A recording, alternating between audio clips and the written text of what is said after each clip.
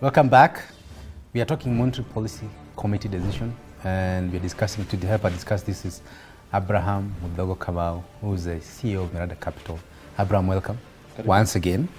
You obviously had time to look at the press communique yourself. Yes, I have. Any surprises in the language? No, actually not. First and foremost, nobody expected CBR to move, and sure enough it did not. But then again, most of the things that have been said here are basically things that you and I would know very easily without having to read it from here. Yeah. But that said, I think... so it's more of what is not here? Yeah, it's more of what is not here. Okay. So what is not here? What is not here, for example, is what is what is the correlation between demonetization and the runaway forex? Yes. Forex rate. Here they're saying we are stable, but in a short period we moved from 100 to 104. Yes. And we are playing 104, 103 now. Yes. So there is pressure, but there's been no attempt to explain where that pressure is coming from. They've avoided it. We've just spoken about our import cover, and we've spoken the forex is stable, the demonetization is going, but these three are actually related. But nobody has made that attempt. How do you see, how would you tie in the correlation? So is it demonetization is driving liquidity and people are running to hold hard currency, or how would you? I would say that, of course, especially people who don't want to come through the front door. Okay. They would rather now change their assets to dollars. Yeah. And as much as that is not done in the open market, the pressure will eventually show. Yes. And I think that would probably inform why they have avoided that subject. Because if they try to correlate this, then they have to go into that kind of explanations. Yeah. And sometimes it's also very hard to quantify an unknown. If you don't know something, it's very hard to talk about it. Yes. Although you have every indication that it is happening. Yes. That's a very interesting. It's a very interesting emphasis. They talk about narrowing of the current account deficit. It's for me. It's all because some of the heavy machinery that is related to SGS construction, those importations died down. But we're not seeing a corresponding growth in exports. Does that concern you? It does, because you see, you cannot shrink yourself to greatness. Yes. and that's what we're trying to do. You see, if we cut our exports, we are still an import-driven economy. Yes. So there are certain exports that are critical, if not essential, to this economy. So I would rather the current account deficit is reducing on the back of exports. Yes. That would be fine. That's more sustainable. Yeah, but this other one, of course, you can only cut so much. And then it will stagnate and then go back up. Yeah, that's true. But what about just the element of diaspora remittances? Because I can understand when you say that the reduction is not necessarily a good thing. But then when we come to the FX market and you're looking at the FX reserves and the continual increase in diaspora remittances, doesn't that give the CBK governor and the central bank in general a lot more headroom to be able to just weather any volatility that would come? In fact, and that's what we were discussing with the Board here.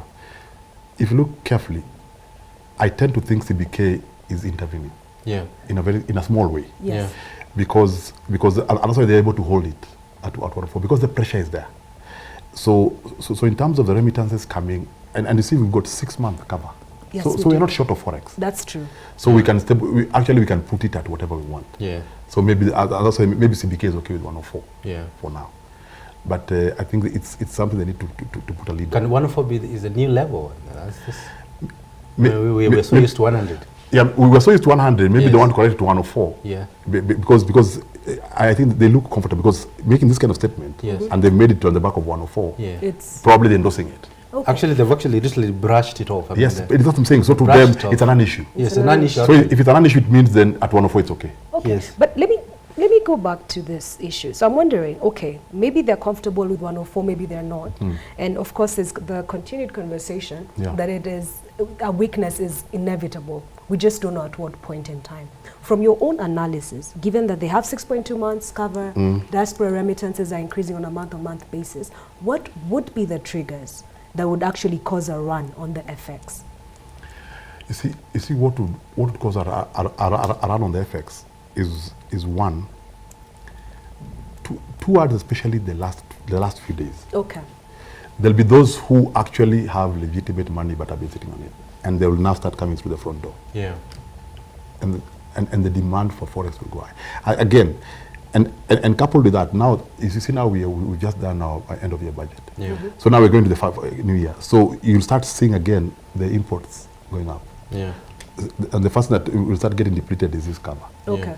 You see, this cover. Yeah. So now when the pressure on the quantum of dollars we have starts setting in, but the only thing that would stabilize that, again, is our heavy diaspora remittances. Yes. Yeah, and I think we've said here before, I think it's high time we accepted that is our biggest income earner, which it is.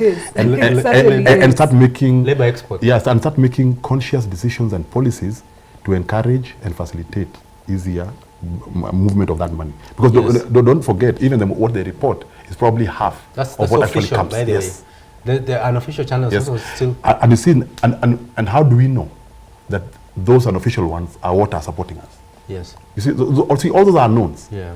Yeah, but looking at the dynamics of a forex market, they definitely play a part. Okay. Yeah. Abraham, they didn't mention no mention of fiscal side.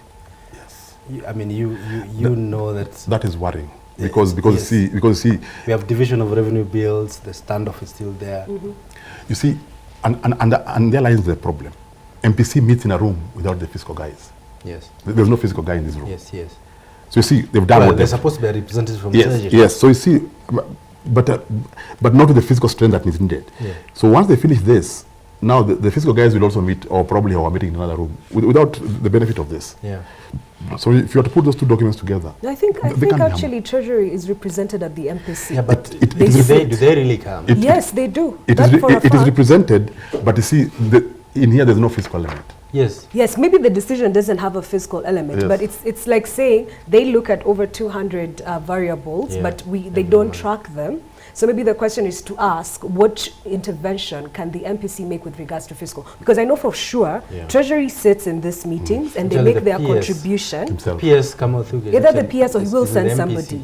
Or he will send somebody to sit. And they should, you see, because the PS, the PS finance, National Treasury, has a bird's eye view on both. Exactly. That's true. So he's the one guy who can say, no, this will not fly. Yeah.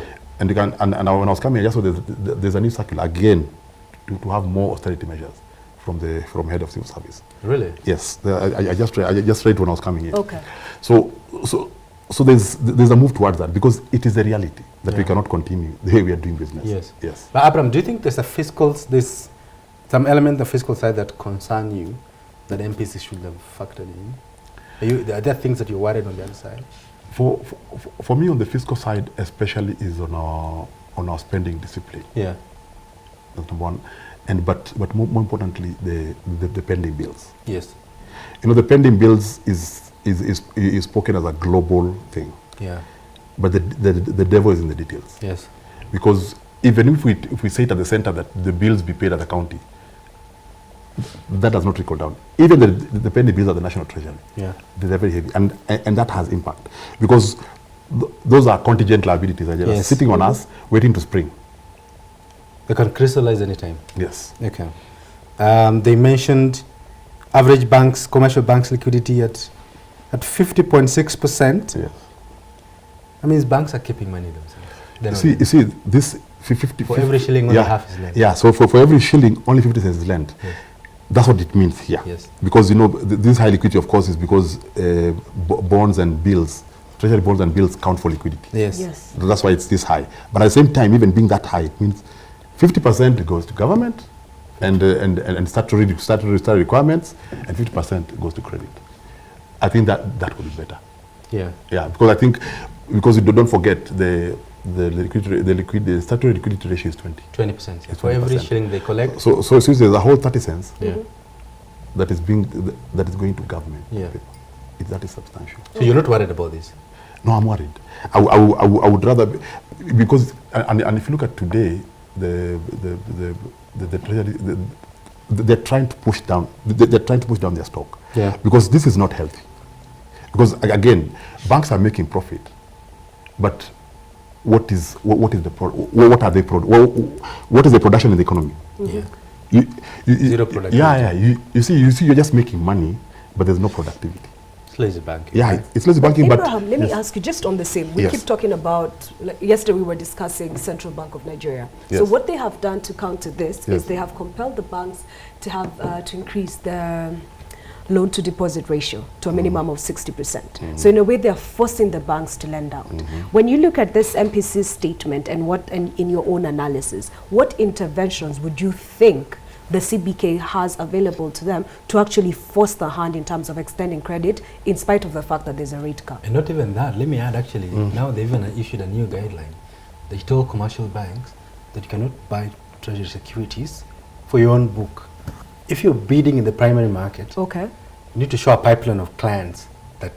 Oh, what is this circular? I think this is like this week. Oh, wow, I did see that. That's a big one. That's a game changer. That's a game changer. So they're saying that if you're buying treasury bills or bonds, you better be buying it for clients, not for yourself. And show us that actually show us the clients. That's a huge game changer. You see, then they're kicking them even in the primary auctions. Yeah, so this telling them go lend. So this 50, because they know this is an obscene figure. Yes, 50.6. So that kind of intervention will definitely push this down, and that's what we want. We want more money out there.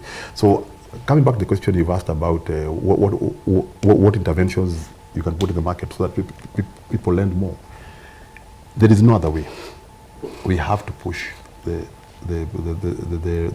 rate on T-bills and bonds as lower and lower. So you have a negative return and you're compelled to... Yes, you're compelled to, because we go to what we did in 2003. Yes. That formula worked. Because... What happened there? Because you remember, it went to 0.8. Now at 0.8, you're not making money, given the inflation. So banks had no choice. They're sitting on deposits, which they have to pay for. So they were left with no alternative to start calling people and come for that was the advent of unsecured loans. That's what they came so would that explain that, in your view, the element of credit growth going to about 30% of every year? Used to go 30%, 40%, 50%? No, actually at some point we used to do every monthly annual credit. It was up to 25 to 30%. Yes. Would that explain what happened then? Yes, because you see, if the current apps for lending are anything to go by, there's massive appetite for personal lending. That's so you open that gate and make it convenient. You can't keep up. Abraham, let's have the market is closed. Let's have a short break. And ring the bell and then come back.